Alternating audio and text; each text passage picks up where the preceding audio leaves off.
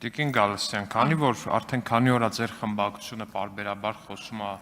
ձեր գործընկեր Արթուր Սարգսյանից, էլի այսօր դուք էլ խոսեցիք, ստիպված էլի այդ գործի նյութերը աչքի տակով անցկացրեցի։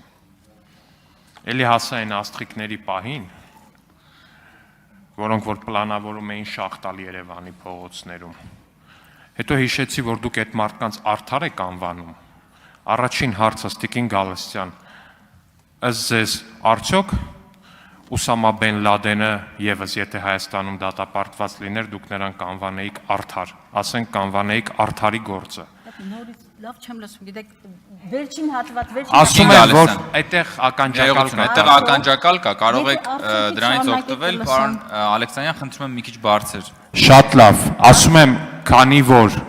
ձեր գործընկերոջը Արթուր Սարգսյանին, Վազգեն Գալստանյանին եւ մյուսներին արդար եք անվանում, որոնք դատվում են տերորիզմի նախապատրաստության գործով, որ Ուսամա Բեն Լադենը Հայաստանում դատապարտված լիներ, արդար անվանելու էիք, ու քանի որ ստիպված էլի կարդում էի այս նյութերը, Արթուր Սարգսյանի այս հրճվանքն եմ տեսնում այս տեքստերում, այդ աստղիկների մասին խոսելիս, այդ որ այդ ձայնագրությունները ասում եք մոնտաժված է, կեղծված է, Տիկին Գալստյան, երբ որ ազգային ժողովի ամբողջ նիստից դուք վստահաբար ձեր ելույթը տեղադրելու եք ձեր սոցիալական էջերում, ամբողջ նիստից կտրում եք ձեր ելույթը ու դնում եք ձեր էջում, դա համարվում է, որ դուք մոնտաժել եք ազգային ժողովի այդ տեսանյութը։ Այդ ձայնագրությունները դրա մասին են։ Այս մարդիկ պլանավորում էին սյուներ շուռ տալ, ինտերնետ լարեր կտրել, անմեղ մարդկանց ակերի տակ աստղիկներ գցել ու նրանց մահացու վտանգի ենթարկել։ Արդյոք դուք պատրաստվում եք նաև արդար անվանել օրինակ Ուսամա Բեն Լադենին, օրինակ անմեղ նահատակ։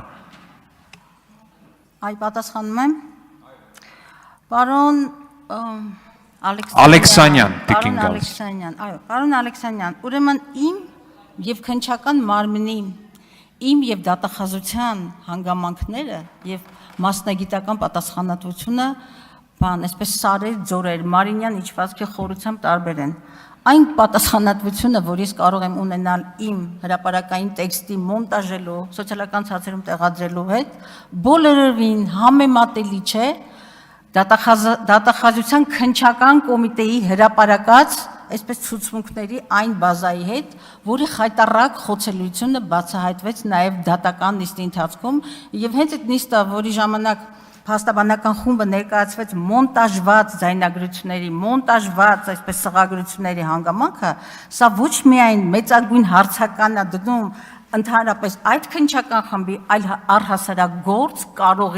գործ կարող է, որ չգիտեմ որ թվերն եք, հələ մի հատ մտքով գնացեք որ թվերի համար այնք ասում գործ կարել եւ կհասնեք մինչեւ անցյալ դարի 30-ականից գործ կարողի վարկը եւ համեմատել իմ սոցիալական ցանցը քննչական կոմիտեի դատախազության դատավորի վարկի հետ, կարծում եմ մասնագիտական չի, տեղին չի, դրան չեմ ուզում անդրադառնալ։ Եվ ուրեմն այդ կարված ցուցմունքներից մեկը դուք պատառիկն եք, մեկ տարբաներ եք, նախադասություն կամ բառեր եք գտնում եւ ուզում եք, որ ես գնահատական տամ, նախ ասեմ, որ այս հանձնաժողովի նախագահի պաշտոնը ոչ դատավորի եւ ոչ էլ մարդու իրավունքների պաշտպանի, ուրեմն դիրքա, դիրք չի եւ ոչ էլ լիազորություն է։ Ես չեմ կարող գնահատականներ տալ, ինչպես դուք փորձեցիք անել, կտրտված փաստերով եւ դուք հենց այդ մոնտաժված ցուցմունքներից պատառիկ եք կարծում եւ ինձ ասում եք դե գնահատական տուր։ Եվ նաեւ կներեք, ուղղակի ես անթույլատրելի եմ համարում Բագրատ arczepiskopos Սրբազանի կոնտեքստում Ուսամա Բեն Լադենի, ընդ որում ես դες լավ լսում եմ, բայց չի հասկանում, ես ինչ բառ ասում Ուսամա Բեն Լադեն։ Հիմա հասկացա, որ Ուսամա Բեն Լադեն եք ասում։ Այս երկուսի համեմատությունը ես կարծում եմ բացարձակապես կոռեկտ չի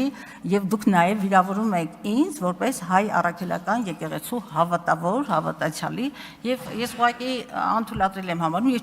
ես համարյա թե պատասխանեցի, բայց չեմ ուզում պատասխանել այդ հարցին, որովհետեւ ձեր փաստային հիմքը ոչ թե կաղում էր, այլ ուղղակի իրավական չէր, պատառիկներով եւ ես էլ դատավոր չեմ այս կոնտեքստում, որպեսզի ես ինձ թույլ չեմ տա դատողություն անել եւ ես համեմատության շուրջ արձագանք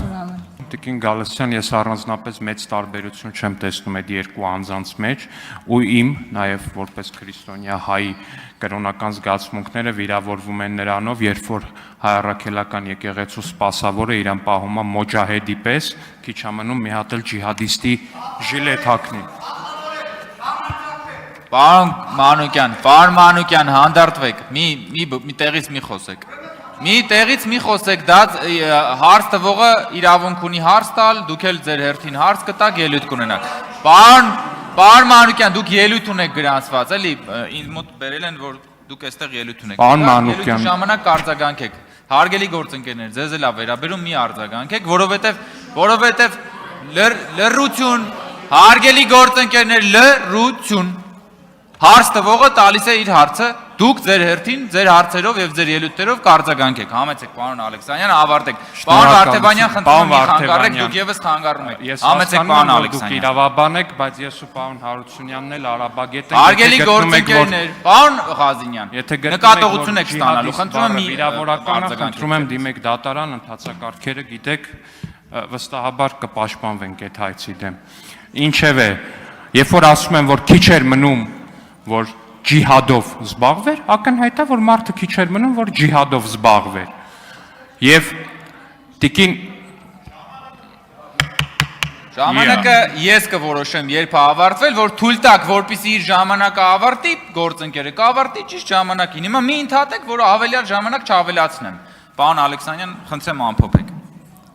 Վերջացրեցիք։ ոչ չվերջացրեցի տիկին Գալստյան, ձեր գործընկերները չթողեցին, որ վերջացնեմ։ Իմ կրոնական զգացմունքներն էլ օրինակ դրանից են վիրավորվում, տիկին Գալստյան, երբ որ հայ առաքելական եկեղեցու սպասավորը իրեն պահում է ջիհադիստի պես։ Իսկ դատական վճիռներին եւ մնացածին, երբ որ գալիս եք այստեղ ու terrorism պլանավորած մարդկանց մասին ասում եք արդարներ, կներեք դրանից էլ իմ բանն է վիրավորվում, առհասարակ բանականությունն է վիրավորվում, տիկին Գալստյան։ Պարոն Վարդևանյան, հիմա էլ կլինի դուք չընդհատեք։ Վարդևանյան, խնդրում եմ դուք հատկապես իմ համար խնդրում եմ դուք առավել եւս նախագահությունում եք, դուք առավել եւս պահպանեք կանոնակարգի սահմանած նորմերը, առավել եւս որպես իրավական որոշակիության ոգուն համապատասխան։ Շատ լավ, ելույթով հանդես կգաք եւ դրա մասին կխոսեք։ Ու առհասարակ այս ամեն ինչը կարդալուց հետո իմ համար հարցական է, թե ոնց է այս ամեն ինչի պարագլուխը հայտնվել ազատության մեջ եւ իմ համար հետո բարձեցի, որ տենց հետո նայեցի ով է վճիռը կայացրել, տեսա մարտի 1-ի գործերով քաղբանտարկյալներ դատած, քաղբանտարկյալներ ստեղծած անձնավորությունն է, ասեցի լավ, ամեն ինչ պարզ է արդեն։ Շատ լավ, ձեր պատասխանը համեցեք տիկին Գալստյան։ Այո, ուրեմն պարոն Ալեքսանյան, հենց հիմա, այս վերջին 3 րոպեներին դուք խախտում եք Հայաստանի Հանրապետության սահմանադրական իրավունքը, անմեղության կանխավարկածը, որը կոնվենցիոն իրավունք է եւ Հայաստանի կողմից մի քանի կոնվենցիաների տակ ստորագրություն կա դրված, որոնք ուղղակի պարտադրում են պաշտպանել անմեղության կանխավարկածը։ Դուք դա խախտեցիք, դուք դատավոր չեք եւ դուք հիմա հնչեցրեցիք դատավճիռ։ Իսկ ձեր դատողությունները ես կոռեկտ չեմ համարում եւ չեմ պատրաստվում պատասխանել։ Դրանք դատողություններ են։